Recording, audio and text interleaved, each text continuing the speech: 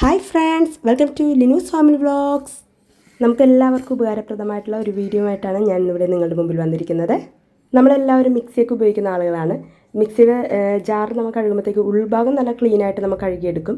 അത് നമുക്ക് കഴുകാനും പറ്റാറുണ്ട്. പക്ഷേ മിക്സിയുടെ ജാറിൻ്റെ അടിഭാഗം കഴുകിയെടുക്കാനായിട്ട് ഇത്തിരി പണിയാണ്. നമ്മൾ സ്ക്രബ്ബർ ഉപയോഗിച്ചോ അല്ലെങ്കിൽ വല്ല ചകിരിയൊക്കെ ഉപയോഗിച്ചും ബ്രഷ് ഉപയോഗിച്ചൊക്കെ തേച്ചാലും അത് നല്ല ക്ലീനായിട്ടൊന്നും പോകാറില്ല. അത് കഴുകാനും പറ്റില്ല. അതിൻ്റെ ഉള്ളിലൊക്കെ ശരിക്കും അഴുക്കിങ്ങനെ ഇരിക്കുന്നതുകൊണ്ട് നന്നായിട്ട് ക്ലീൻ ചെയ്യാൻ നല്ല പാടാണ്. അപ്പോൾ അതുകൊണ്ട് അടിഭാഗം അത്യാവശ്യം കഴുകിയിട്ട് അങ്ങോട്ട് എടുത്ത് വയ്ക്കും. അതാണ് സ്ഥിരമായിട്ട് എല്ലാവരും ചെയ്യുന്നത്. അതുപോലെ മിക്സിയുടെ ഈ ഭാഗങ്ങളൊക്കെ ക്ലീൻ ചെയ്യാനൊക്കെ ഇത്തിരി പാടാണ്. അപ്പോൾ അതൊക്കെ പെട്ടെന്ന് തന്നെ നമുക്ക് ക്ലീൻ ചെയ്യാനായിട്ട് ഒരു എളുപ്പ വഴിയായിട്ടാണ് ഞാൻ വന്നിരിക്കുന്നത്.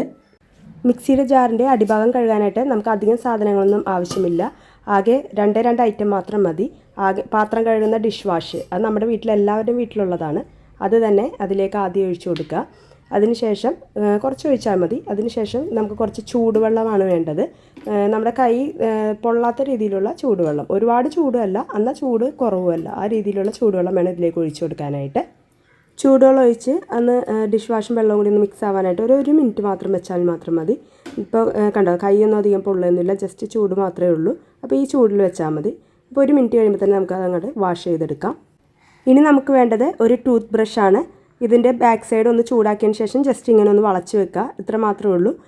ഇപ്പോൾ ഒരു മിനിറ്റ് കഴിഞ്ഞിട്ടുണ്ട്. നമുക്കിനി വെള്ളം കുറച്ച് കളഞ്ഞിട്ട് ബ്രഷ് ഉപയോഗിച്ച് നമുക്കിതിൻ്റെ ഇടഭാഗങ്ങളൊക്കെ നന്നായിട്ടൊന്ന് ബ്രഷ് ചെയ്ത് തേച്ച് കഴുകിയെടുക്കാം.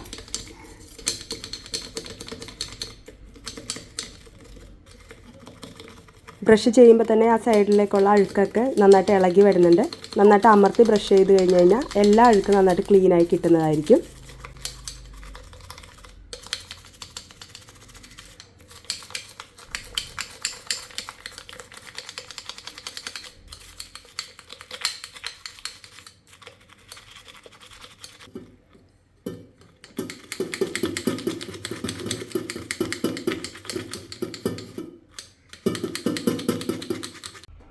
ഇപ്പോൾ നന്നായിട്ട് ബ്രഷ് ചെയ്ത് കഴിഞ്ഞിട്ടുണ്ട്. ഇനി നമുക്ക് വെള്ളം ഒഴിച്ച് നന്നായിട്ടൊന്ന് കഴുകിയെടുക്കാം.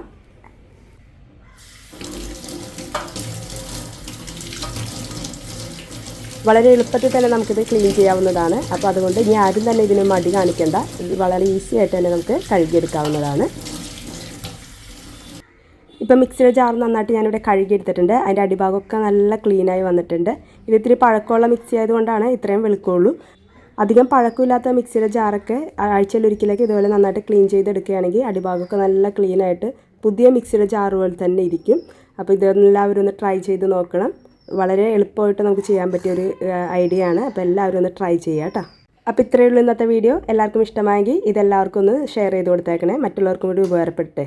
അപ്പോൾ ഇതേപോലത്തെ പുതിയൊരു വീഡിയോയുമായി വീണ്ടും കാണുന്നവരെ ടേക്ക് കെയർ, ബൈ.